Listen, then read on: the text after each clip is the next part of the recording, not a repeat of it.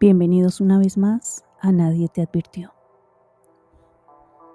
El día del bautizo de Manuel, una mancha oscura y palpitante se abalanzó sobre la pila bautismal. No era una sombra, sino una presencia viva, ansiosa. Mientras el joven sacerdote, sin darse cuenta de nada, alzaba la mano para bendecir al bebé, la abuela paterna, una mujer encorvada con la piel seca y fría como pergamino viejo, ocultaba algo en su mano arrugada. Era un trozo de piel correosa, de un color verdoso enfermizo que parecía un billete antiguo. Pero no era solo eso, latía con una vida robada, con una energía tan desagradable que incluso las moscas que están por todas partes huyeron despavoridas de la iglesia sintiendo algo horrible. En ese momento, bajo la luz suave y los cánticos de la iglesia que ahora sonaban a burla, ella hizo un pacto con algo muy antiguo y malvado. Nadie en la iglesia lo vio ni lo sintió, pero sí lo notó. Algo que esperaba con un hambre que daba náuseas en los rincones más profundos del vacío, con una paciencia de miles de años. A medida que Manuel crecía, sus noches se volvían pesadas. Parecían grumos de oscuridad asfixiante que se adherían a su piel. Empezaban al caer la noche. Los primeros lamentos que escuchaban no eran suaves, parecían rasguños leves pero incesantes en el umbral del oído, como uñas sobre una pizarra mojada por sangre o el chillido agudo de un cuchillo arañando huesos. A medida que avanzaba la noche se transformaban en gritos largos, agónicos, que se estiraban desde las entrañas mismas de la casa, desde las paredes, desde el suelo, el techo, capaces de congelar la médula de los huesos y sacar la sangre de las venas. Cuando cerraba los ojos, el horror se materializaba, se hacía carne y respiraba junto a él. Veía rostros putrefactos de rasgos indefinidos pero con expresiones claras de tormento y hambre. Bocas cosidas con tendones que aún se retorcían. Ojos que eran meros agujeros negros y vacíos, pero que se clavaban en él. Manchados de lodo goteante y caramelos derretidos que parecían sangre coagulada y pus. Emanuel sentía manos frías como tumbas, huesudas como garras, pequeñas como las de un niño pero con la fuerza de un ancla en el abismo, tirándole de los tobillos, enganchándose en ellos, arrastrándolo lentamente, estrangulándole el aliento con una presión invisible mientras dormía, robándole el aire mismo que lo mantenía aferrado a la existencia, dejándolo jadeando en el borde del desmayo. Un olor dulzón lo envolvía, una mezcla nauseabunda de humedad, papel viejo en descomposición cubierto de moho y caramelos podridos, el aroma a una infancia fermentada en la podredumbre más absoluta. Noche tras noche, estando aún dormido, Emanuel se levantaba sin voluntad, como un títere de carne y hueso. Sus extremidades estaban rígidas mientras se arrastraba hacia la sala. Allí, en la penumbra opresiva de la casa, no lloraba, aullaba. No era un sonido humano, era un gemido animal, roto, desesperado, gutural, el sonido de una criatura agonizante atrapada entre paredes, rasgándose la garganta, luchando por cada última bocanada de aire antes de la asfixia final. Sus padres, hundidos en un sueño que era más bien una negación conveniente, un pacto silencioso con su propia ignorancia, apenas murmuraban desde sus habitaciones, sus voces arrastradas por un cansancio que rayaba en la complicidad, en el abandono.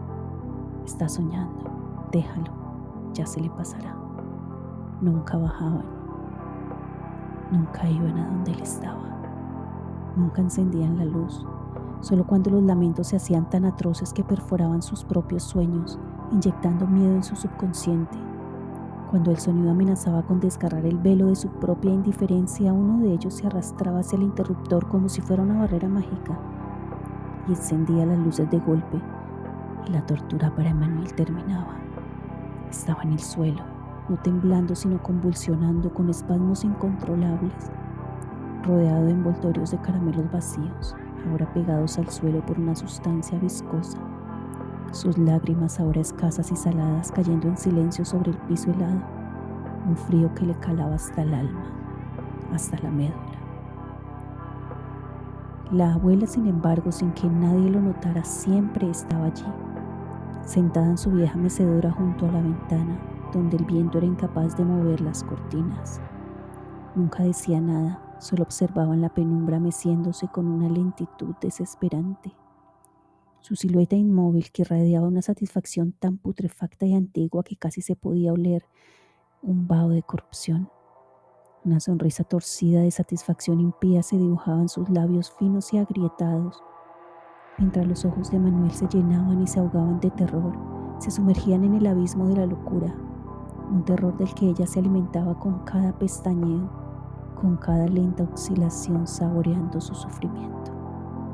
Emanuel sabía que ella veía lo que nadie más quería ver, las figuras encorvadas que no salían de las sombras, sino que se disolvían en ellas y se reformaban a partir de la oscuridad misma, arrastrándose desde las paredes y el suelo con un roce que raspaba la cordura, los murmullos que crecían, que se retorcían como serpientes venenosas en la grieta invisible de su habitación, un coro de voces infantiles distorsionadas por el hambre y la agonía que habían sufrido llamándolo. A veces, cuando Emanuel se quedaba lo suficientemente inmóvil, conteniendo no solo la respiración, sino el latido de su propio corazón, su propia existencia, podía sentirlos, no cerca, sino fusionándose con él, sus cuerpos fríos invadiendo el suyo. Olían a tierra removida de una fosa reciente, a tela mojada con el sudor del pavor más profundo, a carne podrida y a la descomposición de la esperanza. Sus dedos minúsculos no rozaban su piel, sino que la acariciaban, la exploraban, saboreaban con una curiosidad malsana, pero no la tomaban. No todavía. Ellos esperaban algo. Esperaban la noche en que Manuel no pudiera ni siquiera gemir, en que su voz fuera un solo susurro en el aire. La noche en que ni la luz más cegadora ni el grito más desesperado pudiera romper el hambre ancestral. La sed infinita que su abuela les había prometido con el oscuro pacto. Una noche los gritos de Manuel fueron diferentes. Era un silencio estrangulado, un corte abrupto, como si el sonido mismo hubiese sido arrancado de su garganta por una mano invisible. Sus padres no se removieron de sus camas. El cansancio no era ya una excusa, sino un letargo del alma que rozaba la muerte, una capa de ignorancia tan densa que los mantenía inamovibles, anclados a un sueño del que jamás despertarían por completo.